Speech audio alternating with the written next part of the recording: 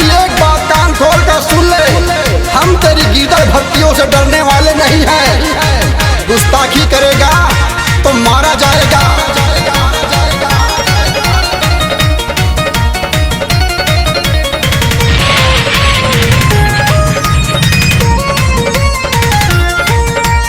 चोर दिखाए खुल्लम खुल्ला करके सीना जोरी, देख चुके हैं दुनिया वाले, सुन चुके हैं लोरी।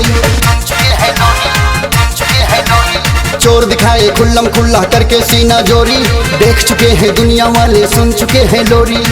बेनकाब हुआ तेरा चेहरा तो पिट जाएगा।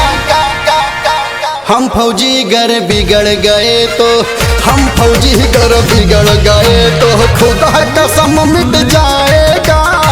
हम फौजी गर बिगड़ गए तो खुदा कसम मिट जाएगा। हम फौजी गर बिगड़ गए तो।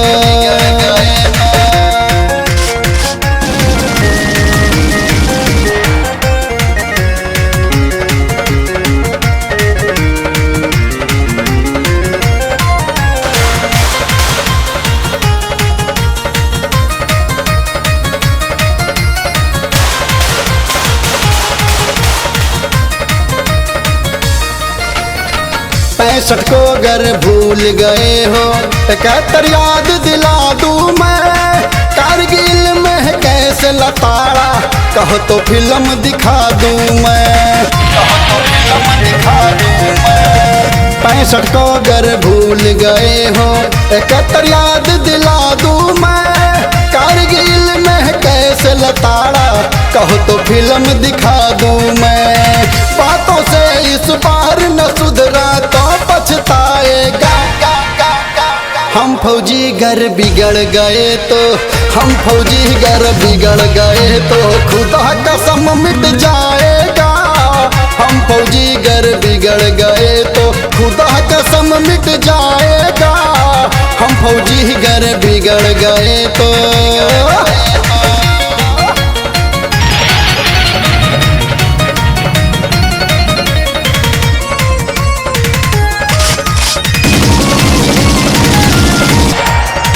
धर्म का पाठ पढ़ा करके तुम हर दिन आग लगाते हो।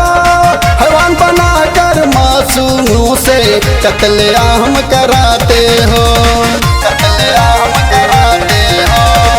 धर्म का पाठ पढ़ा करके तुम हर दिन आग लगाते हो। हैवान बनाकर मासूमों से कत्लेआम कराते हो।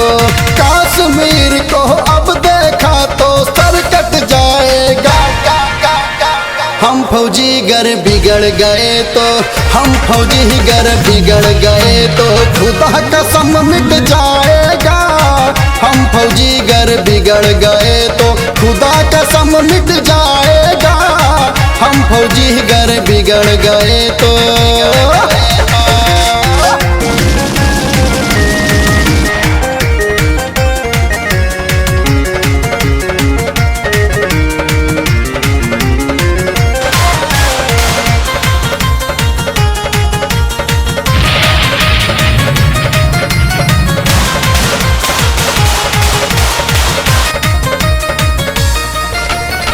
नामो निशा मिटा देंगे हम, कितना आतंकवादी है। मर्यादा का प्रेम पुजारी संजय फैजहबादी है।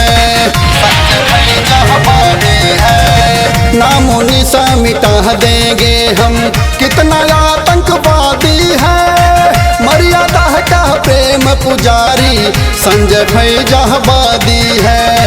ना सुधरा तो नक्शे से अब तू कट जाएगा। हम फौजी गर बिगड़ गए तो, हम फौजी गर बिगड़ गए तो खुदा कसम मिट जाएगा। हम फौजी गर बिगड़ गए तो खुदा कसम मिट जाएगा। हम फौजी गर बिगड़ गए तो।